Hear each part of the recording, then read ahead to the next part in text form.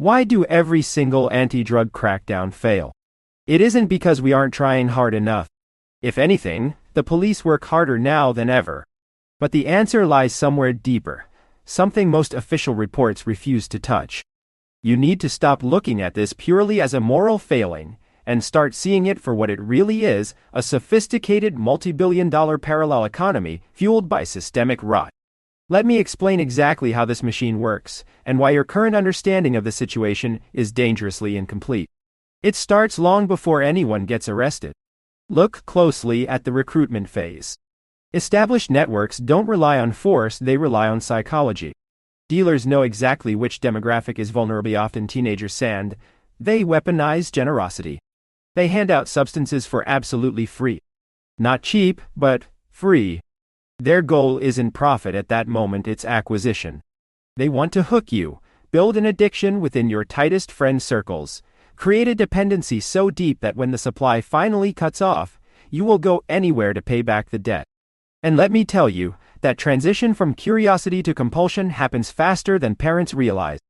Before you know it, the kid experimenting today is stealing cash from home tomorrow, trapped in a cycle of desperation that rehabilitation barely touches. Once hooked, the game escalates violently. Most users begin innocently enough, perhaps inhaling herbs wrapped in foil. That stage lasts until the tolerance builds, and the desire for a stronger hit overrides common sense. Then comes the terrifying pivot, switching to intravenous injection. Who teaches them? Older peers. Mentors in the worst way imaginable. They guide younger hands to needles, teaching tricks to maximize pleasure while hiding the act.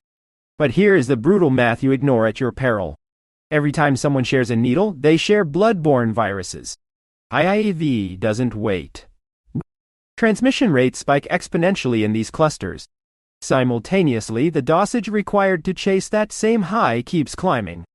Eventually, users overdose right in front of witnesses, dying instantly from toxic loads nobody saw coming. But watch what happens next.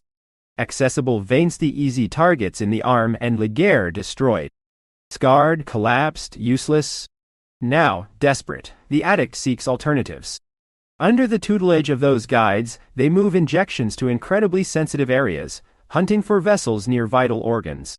One mistake, one wrong angle, and it leads to catastrophic internal bleeding or organ rupture. Fatalities skyrocket, yet official statistics paint a picture of stability. Thousands disappear annually, vanishing into thin air, never found. Yet, the narrative insists everything is fine. Why? Because the truth threatens the very structure keeping this operation alive. That brings us to the elephant in the room, the money. Behind every street corner transaction sits a fortress of black money funding luxury villas, private jets, and political influence. This isn't a small-time hustle, it is a vast empire. And crucially, it thrives because of betrayal. Law enforcement agencies are not always fighting fire, sometimes they are fanning the flames. There are credible allegations that uniformed personnel actively facilitate distribution channels, acting as shields for major operators.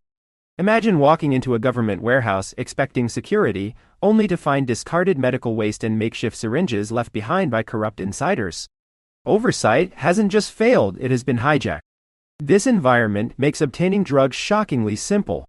Try buying soil today versus getting a gram of heroin. Which takes more effort? In many regions, the latter is instantaneous. Crackdowns exist on paper, but on the ground, the network adapts.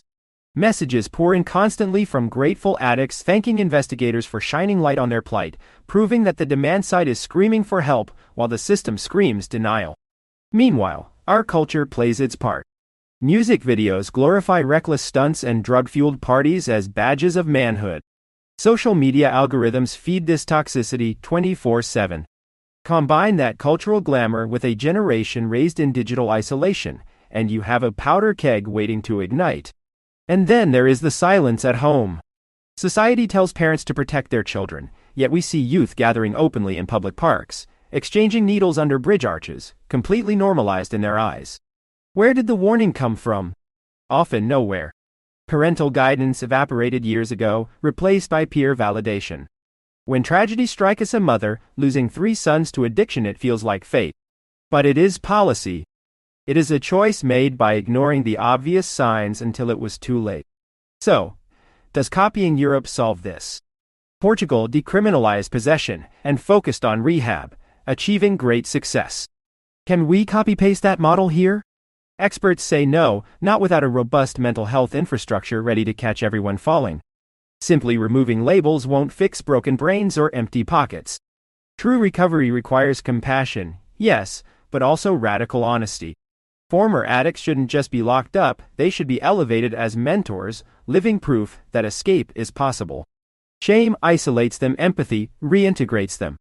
Of course, speaking this truth carries risk. Investigative journalists face relentless threats, intimidation, and violence.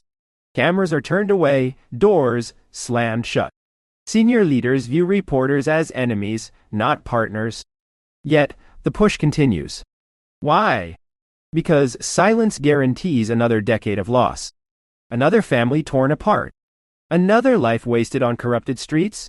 Responsible journalism isn't about sensationalism, it's about drilling holes in the bureaucratic armor to show the world what's happening underneath. From sand mafias to contract fraud, the pattern repeats: minor crimes ignored, massive corruption celebrated. Change begins when we stop accepting sanitized figures and start demanding transparency. We stand at a crossroads. We can continue pretending the cracks in the wall are cosmetic, or we can admit the building is collapsing. The solution isn't just more arrests, it's rebuilding the foundations of society. Fix the schools, heal the mindsets, dismantle the corrupt networks protecting the trade, and replace judgment with genuine care. Only then can we hope to stem the tide. Don't let another year pass thinking nothing can be done. The tools are available. All that's needed is the courage to use them. Check out Profile for podcast summaries.